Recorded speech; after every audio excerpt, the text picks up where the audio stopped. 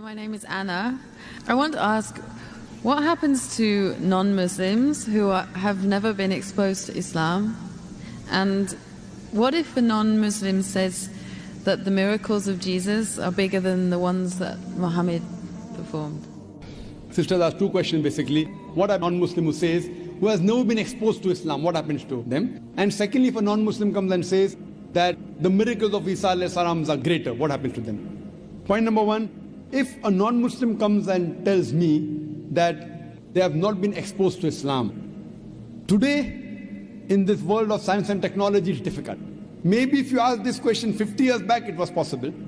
Today in this age of science and technology, especially the media bombarding misconception about Islam, you are exposed to Islam, maybe the wrong Islam, maybe pseudo-Islam, that Muslims are terrorists, Muslims are fundamentalists, Islam is a religion of killing, it degrades the woman, it subjugates the woman. They may be exposed to Islam, but wrong Islam.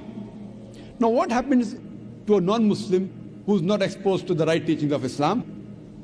I feel if a non-Muslim hears something in the media, or any human being hears something in the media, he should not take it for granted. The Quran says in Surah Hujurat chapter 49 verse number 6, whenever you get information, check it up before you pass it on to the third person. Whenever you get information, it is important that the person checks up whether the information is right or wrong.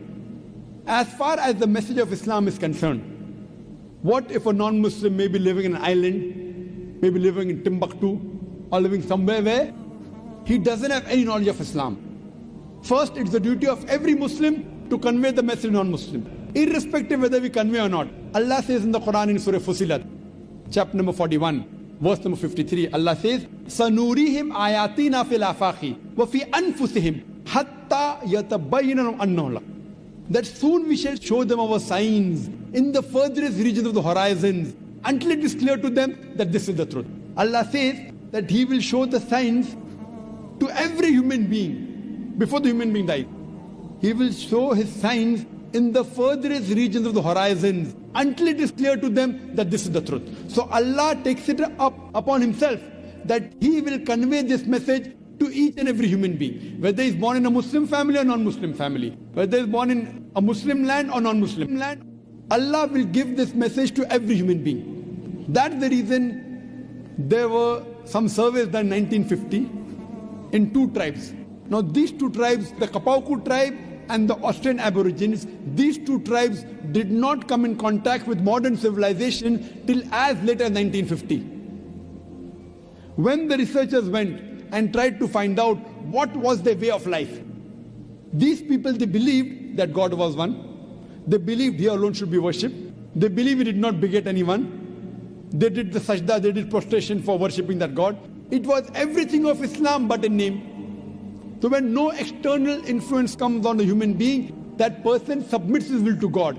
That's the reason our beloved Prophet Muhammad said, every child is born in Deen al-Fitr. Every child is born in the innate religion. He is born as a Muslim. Our beloved Prophet Muhammad said, every child is born as a Muslim. Muslim means a person who submits his will to God. Later on, that person may be influenced by his parents, by his teachers, by his elders. He may start doing fire worship, he may start doing idol worship, and then may deviate on the wrong track. That's the reason when a non-Muslim accepts Islam, the more appropriate word is revert.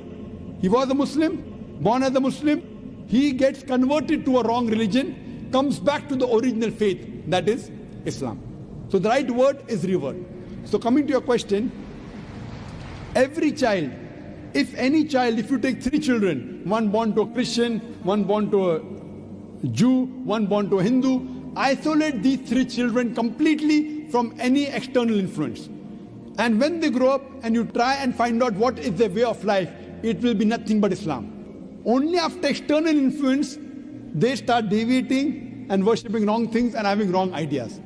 This is scientifically proven. Furthermore, sister, where your second question is concerned, that what if someone doesn't know Islam and thinks that Jesus Christ did miracles?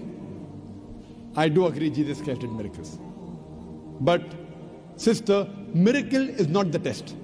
If you believe in Jesus Christ, peace be upon Him, if you read in the Bible, Jesus Christ, peace be upon Himself, says in the Gospel of Matthew, chapter number 24, verse number 24, it says that, for there shall arise many false Christ and false prophets, and will do wonders and miracles, and if it were possible, shall deceive the very elect. So Jesus Christ, peace be upon him, says miracle is not the test. They shall arise many false Christ and false prophets, and shall do wonders and miracles, and if it were possible, shall deceive the elect. That means Jesus Christ, peace be upon him, says miracle is not the test. Miracle does not make a person a god.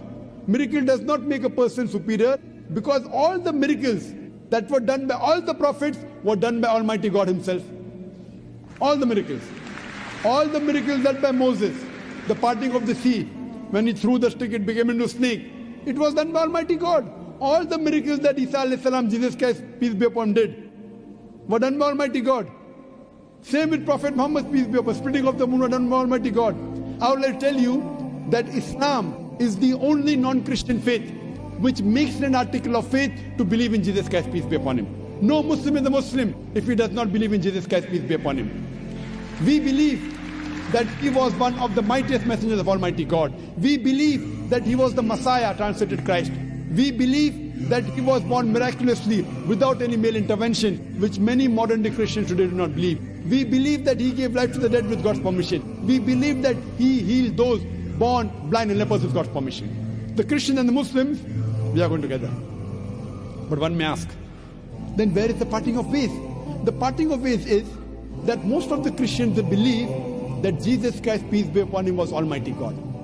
They believe that Jesus Christ, peace be upon him, claimed divinity.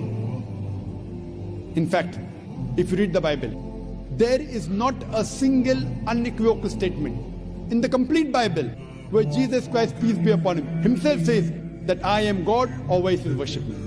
If, sister, you can point out any unequivocal statement, any unambiguous statement from any version of the Bible in which Jesus Christ, peace be upon him, himself says that I am God, always will worship me, I am ready to accept Christianity today.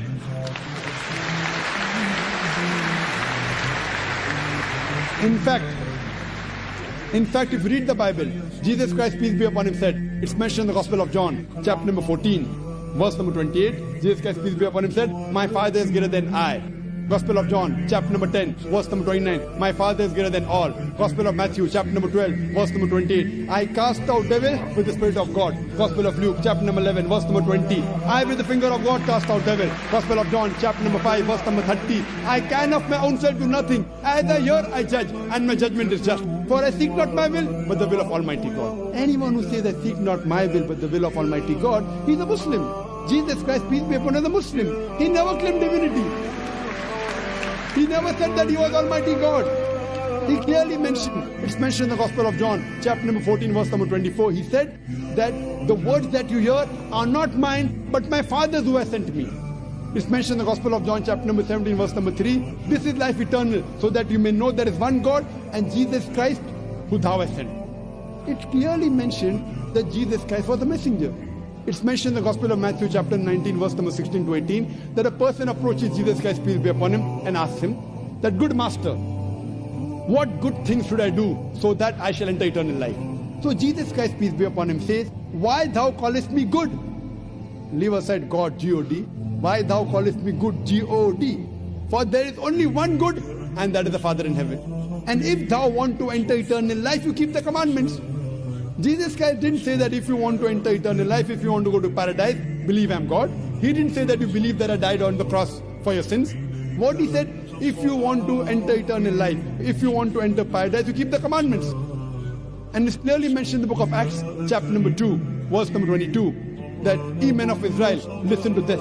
Jesus of Nazareth, a man approved of God amongst you by wonders and miracles which God did by him, and you are witness to it. What does it say?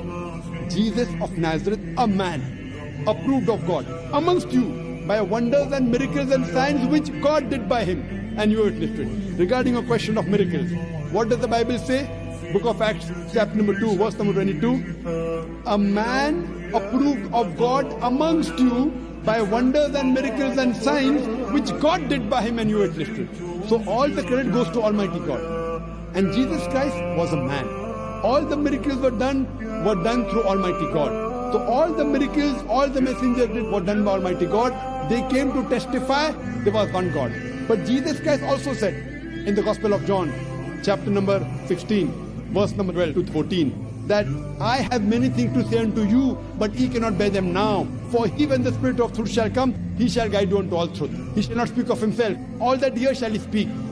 He shall glorify me. Now this prophecy is prophesied no one but the last and final messenger, Prophet Muhammad, peace be upon him. So if you're a true Christian, and if you believe in Jesus Christ, peace be upon him, Jesus Christ, peace be upon him, said, I have many things to say unto you, but ye cannot bear them now. For he, when the Spirit of truth shall come, he shall guide you unto all truth. He shall not speak of himself. All that here shall he speak. He shall glorify me.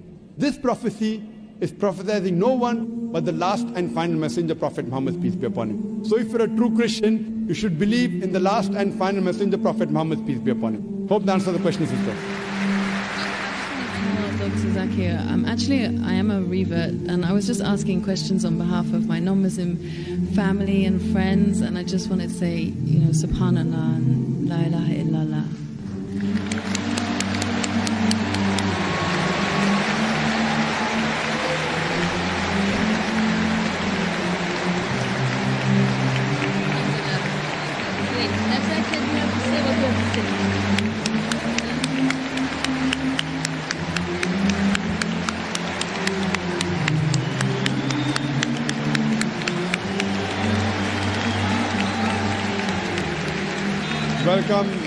Welcome to the religion of peace, sister. May Allah subhanahu wa ta'ala reward you and grant you Jannah. And we pray to Allah subhanahu wa ta'ala that, and may Allah subhanahu wa ta'ala guide you.